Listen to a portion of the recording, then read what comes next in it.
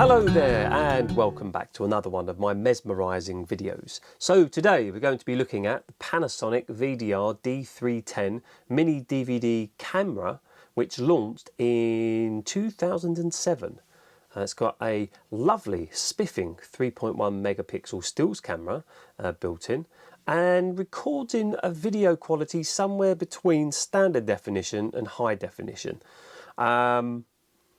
I think what we're going to do is we're going to just jump straight into having a look at the camera, and then we'll just have a little conversation about a few bits and bobs. So on the front here we have, you can see right there, a Leica Dicamar, I think is the right way of pronouncing it, lens. Nothing that thrilling to look at. It's got an f-stop of 3.0 to 30 millimeters, with an aperture of 1.8, so it's going to allow lots of light to pour in. So yeah, that's the front of the camera, and then you can see the little stereo microphone on the front there, or the speakers. So where should we go first? I tell you what, let's go to the bottom here.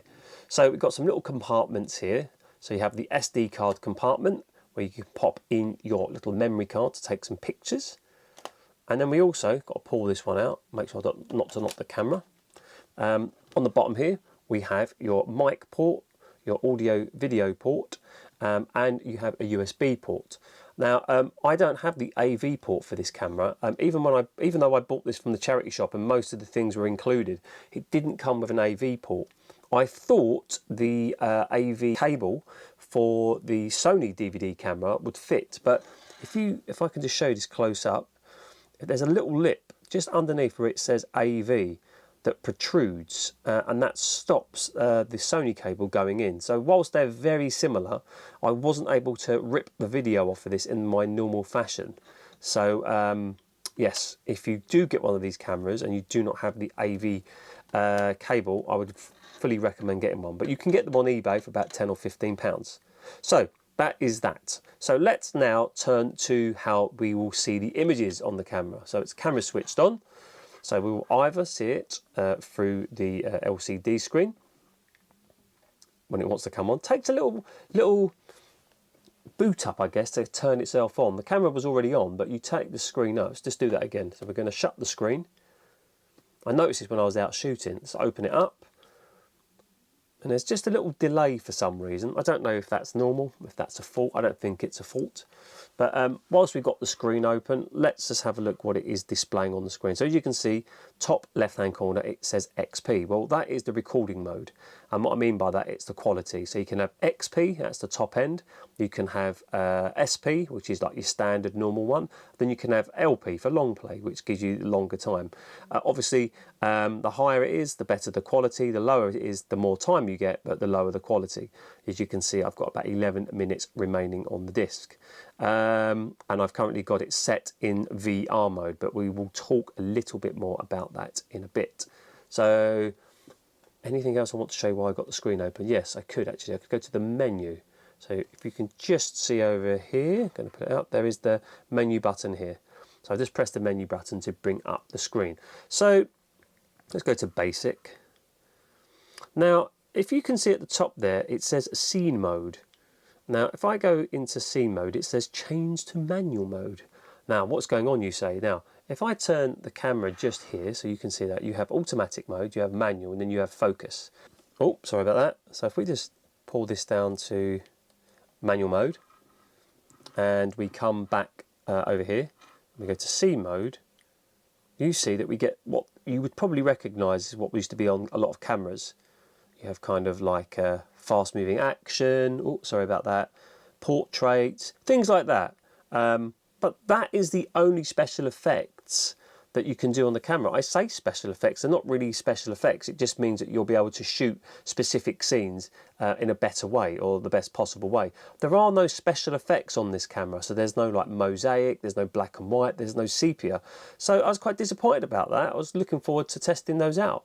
Everything else about the menu mode, it's really basic and it's pretty dull. So there really isn't much more to say about that. The other way you can view the images is by the viewfinder, and as you saw there, you have to pull the viewfinder out to activate it. It's a colour viewfinder and it's really nice. When you're in quite bright light, both the viewfinder and the LCD screen are a little tricky to see, but not too problematic. But remember to pull the viewfinder out, otherwise you'll think it's broke, like I did. And you've got a little adjustment knob on the top there, so you can adjust it to your eye. Obviously on the back here we have the battery, and here down there is the disc eject button, and then here on the back is the dial. So at the moment it's on video mode, ready to shoot. If we turn it one rotation to the left, you then go into playback mode. If you turn it to the red camera, that means you're now in camera mode, and when you're in camera mode, all you have to do is press the button down to take a picture, and you can prime it by holding it down shortly. For a short period of time, and then obviously you turn it to the green camera, and that's playback mode, so you can have a look at your pictures. So if you haven't figured it out already, the red one is when you're live, if you're shooting or taking the picture, and then the green ones are to review what you have done. And then on the top here you've got your telephoto zoom, or your wide or telephoto, and it also acts as a volume if you're playing things back. So then we get round here to the DVD compartment. So obviously if we pull down that eject button,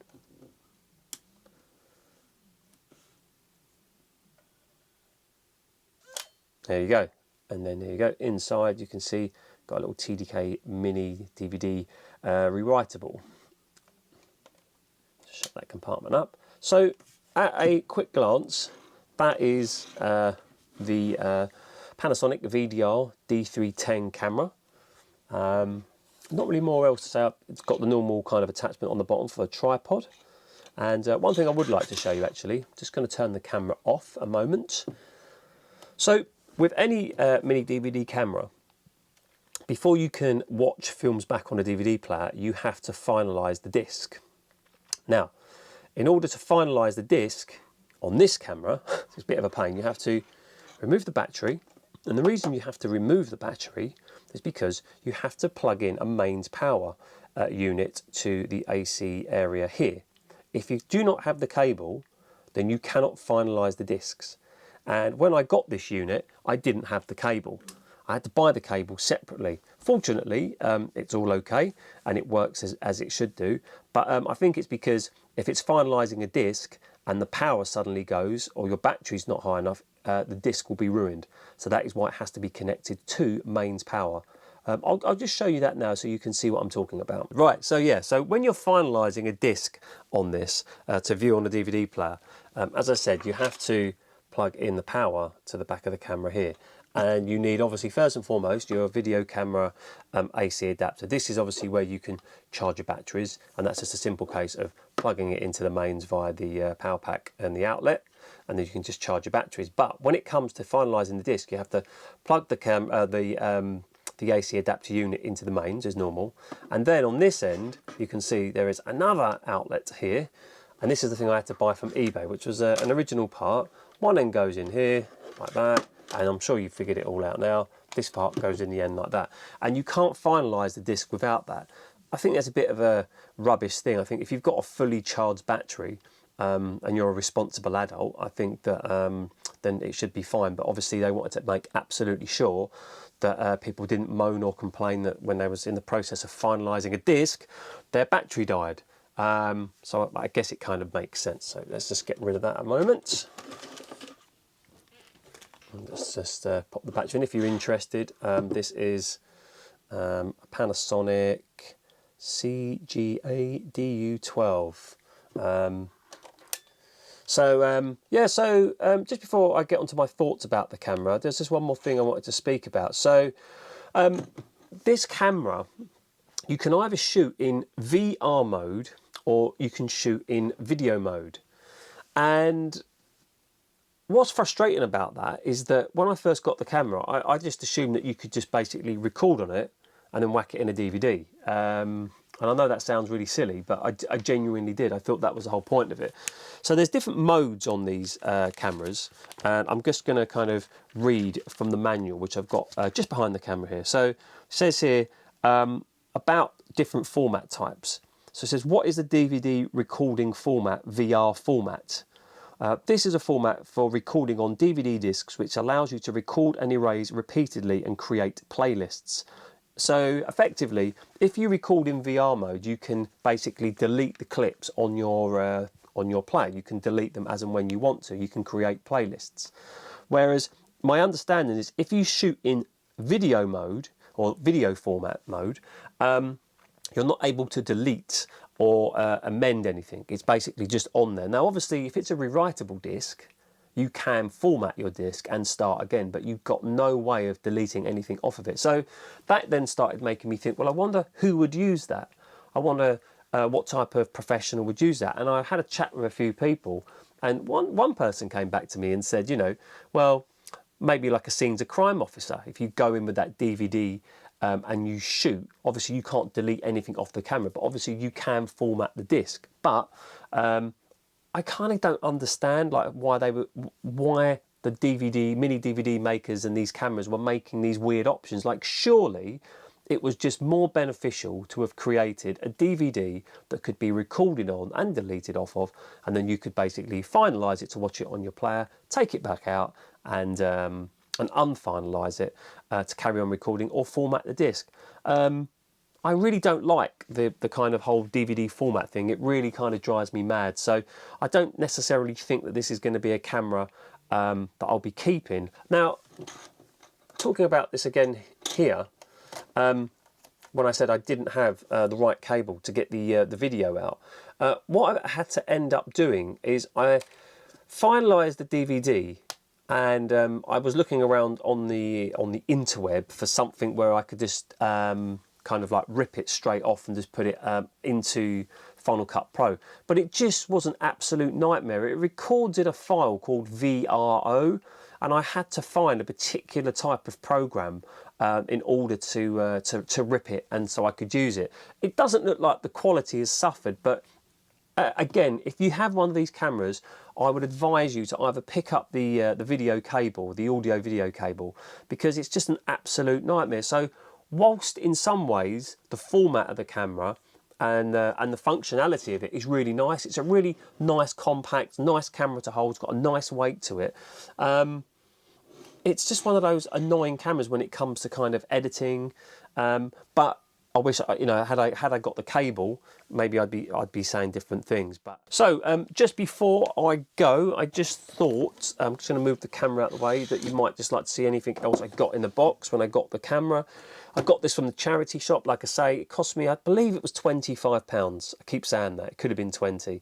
There's some bits and bobs in the box, which I'll show you now. So we've got the AC unit, and we got the plug for the AC unit, which is right here, which was good. We got some DVD rewritables, which was good, 3 in total. We got the customary European cord. But the coolest thing was that it still come with its little remote control all sealed up, which is fantastic. It hasn't even been used as far as I can tell. And the best thing, I got like all these batteries. Look, not one battery, still like in its box, but I got another 3 batteries. I've tested all of them out. I think there was one that was a dud, and I've got rid of that one. But for £25, I was really pleased. Oh, and I got a little lens cloth as well. Ooh. What do I think of the camera? It was nice to hold in my hand. It felt nice to shoot with. The screen was reasonable, although I'd liked it to have been a little bit brighter. Couldn't obviously amend the brightness, unfortunately. Doesn't have any special effects on it, but the quality's okay. I'm still having the issue, even though I shot it in 16:9, it's still coming out in like a squished 4:3 ratio, and it actually says 16:9 on the screen, so I'm not quite sure. Could be the codec on my computer, but I'm thinking that I might get rid of this camera. So if you are a UK resident, and you might be interested in having this camera, reach out to me. My information is all on my YouTube channel in the About section. And if you can just sort out the postage for me, I'd be quite happy to send you this camera. So I'm going to sign off, I suppose, as is customary, and I'm going to put some footage on the end and a couple of pictures, so you can let me know what you think in the comments. So if this review seemed a little bit rushed, I am pushed for time, but whilst I do have some spare time, I wanted to get the video made for you all. So this is me, and I am signing off, and I will see you all soon. Take care. So I picked the camera up for 25 quid. Waveney Community Care Farm Shop. There he is, the man who was one of the men that sold the camera to me. Very exciting day, wasn't it? Yes, that was. Sold it to me, I think, for £25. Found it in this case right here. Yeah. Thank you very much. That's right. Right, so let's see how this camera functions, how well it tests against the Sony DVD camera. Okay, so I've got this recorded in the finest picture quality in XP mode, and this is using a rewritable disc. It's in video recording mode, which means that I can edit and delete things off the disc as and when I choose to do so, which is handy. And I've obviously got wind cut switched on, so if it gets quite windy or blowy, hopefully the quality of the sound won't diminish too much. So let's head down into the more industrial part of Lowestoft, down the bottom there. Nest point, and let's see what we can get. That's bad, don't want that to happen. So a lovely bird's eye. Maybe to zoom in.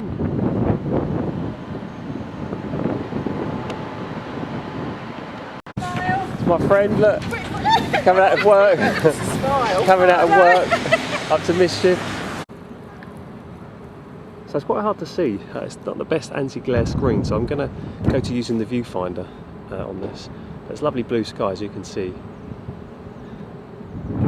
Just trying to see how it captures colour.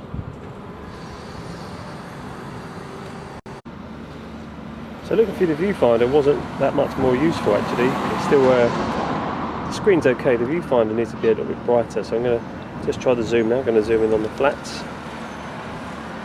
What we can get in without it wobbling. So that's fully zoomed in now. It's quite stable. I've got the stabilisation switched on, and it's pretty good, I think.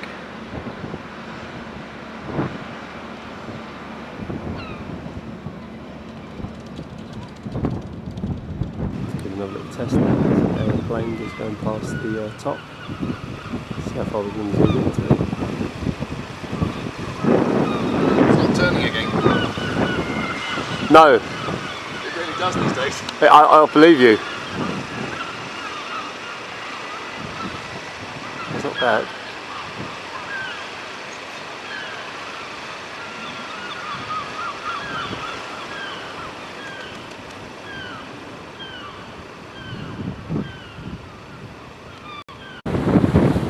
Okay, so this down what? Almost Lowestoft, Suffolk, as you can see. Sorry about the little zoom there. I'm just going to head over that way now. Right over there, and I'll come back in a minute.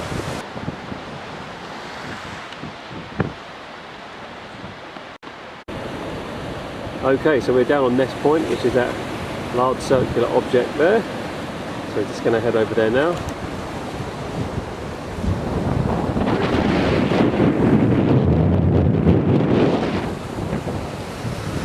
Nice day actually, got the fishermen out.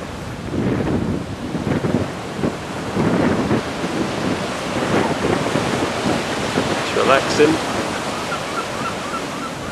Let's head over to Nest Point. Oh, there we go. If you're interested, London's 106 miles. So this is the most easterly point country. Over there, we end up in the Netherlands somewhere. So, be a good test for the mic filter or the wind mic. So let's have a go. Hopefully I don't get splashed with water. Can you see it? Yeah. Can you see it? Yeah. There we go.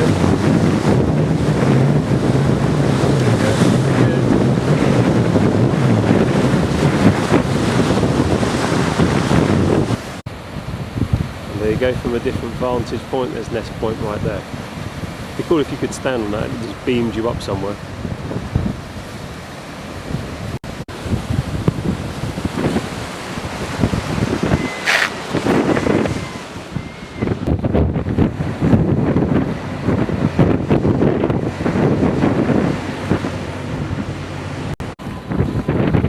So as we stand here, kind of pointing in this direction, kind of going off toward kind of Galston, Great Yarmouth, I think I might see another ship out there. So I'm going to do another zoom test. Can you see that? Oh.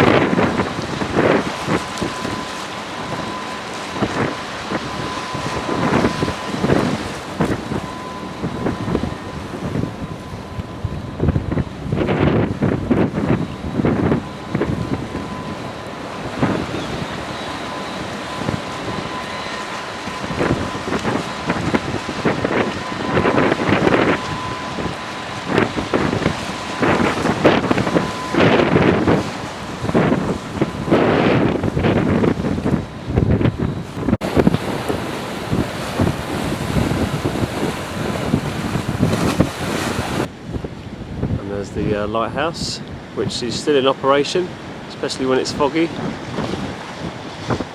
there we go, that's where we just come from. Looks a little bit over contrasted here. It is pretty bright out as well.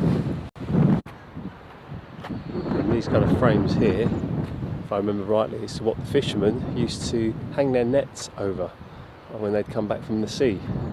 Untangle their nets and all kinds of stuff like that, I believe. If anyone knows different, please let me know. So just in Sparrow's Nest, making my way up and out of the park.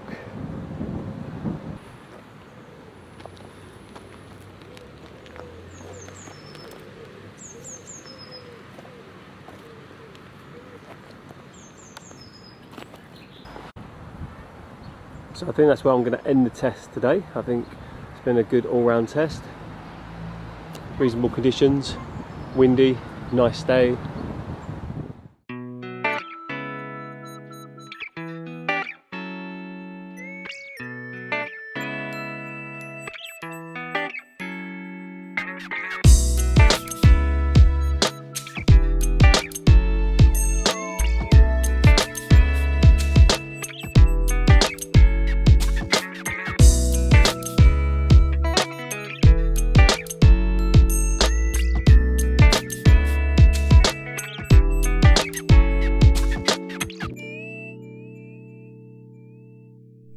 Ciao.